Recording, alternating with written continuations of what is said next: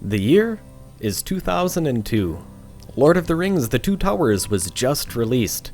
The Winter Olympics were hosted in Salt Lake City, Utah. Bon Jovi was still a relevant musician, apparently, and more importantly, above all this other nonsense, the company XFX was founded. Headquartered in Ontario, California, the company XFX was founded as an AIB partner for NVIDIA graphics cards. In 2002, it was the Wild West for GPU sales. ATI was still a Canadian company.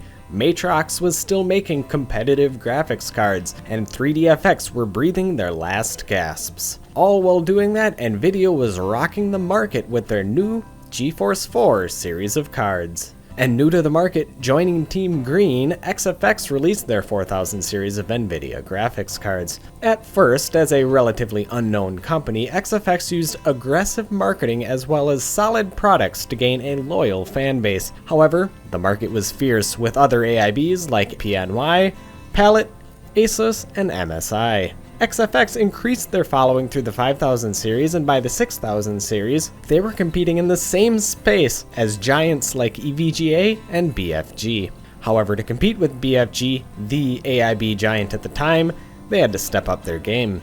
BFG had been offering a full lifetime warranty, and with the addition of their factory overclock cards, they had a dominant hand in the market. To compete, XFX, with the release of their 7000 series NVIDIA cards, decided to do one better. They offered a double lifetime warranty on cards sold, in addition to offering factory overclocked and specialty cards.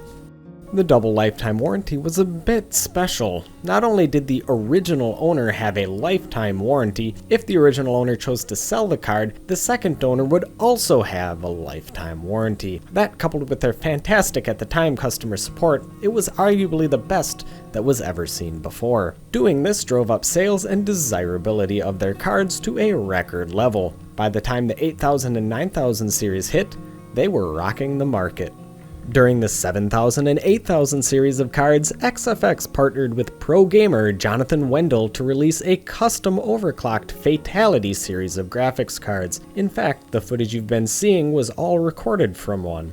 The Fatality series was one of the highest factory overclocked card lineups, and it gave some of the best out-of-the-box performance compared to competing cards.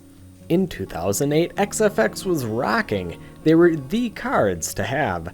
XFX was doing so well that they thought they could expand into new markets, so they had their hand at making Radeon cards for the HD 4000 series. And they were a rousing success. ATI fans and PC enthusiasts alike were beside themselves with the elation that they could now get XFX's great quality and warranties with whatever GPU brand they decided to choose. However, NVIDIA didn't like this. They didn't like XFX making cards for their competition.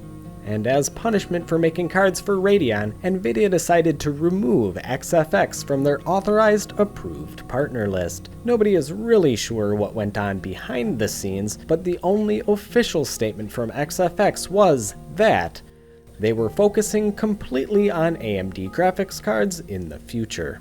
As one tech reporter from the Times stated, XFX are without a doubt one of the finest graphics card manufacturers on the planet, and when they announced that they were going to sell ATI graphics cards, many analysts and journos wondered how it would work. After all, NVIDIA are well known to be rather temperamental and difficult to work with on a variety of levels, even at the best of times. Although we will never know exactly what happened behind the scenes, it's clear that NVIDIA decided to punish XFX for deciding to make Radeon cards. They cut supplying high-end GPUs to XFX, and as a result, the GTX 295 was the last high-end NVIDIA card that they would ever make.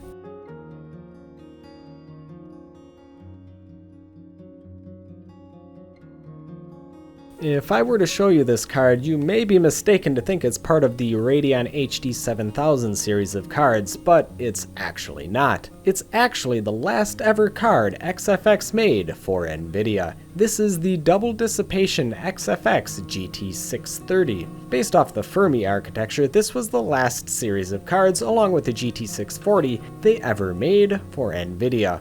From the crowning jewel of NVIDIA's AIB to a now mediocre Radeon partner, a lot has changed. The lifetime warranty was cut, brand loyalty has fell, and product quality dropped as well.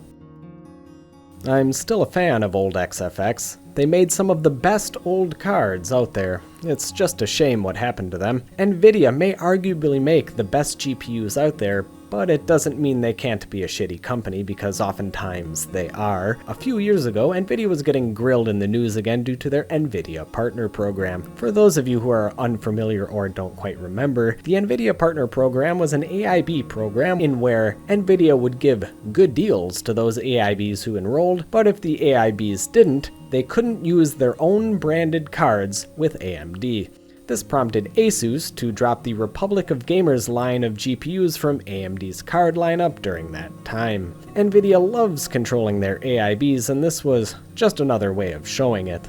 However, luckily, due to consumer and partner backlash, they dropped the program. When reading about the NVIDIA Partner Program, I was reminded about what happened to one of the best AIB brands to ever hit the market. It could happen again, so make sure that you, the consumer, make your voice heard, whether it be in the media or with your wallet. And this does go for Radeon and the eventual Intel GPUs too, as no company is immune to anti-consumer practices. Anyhow, that'll be it for this episode. Thank you folks for watching. May your frame rates be high and your prices low, and I'll catch you in the next video.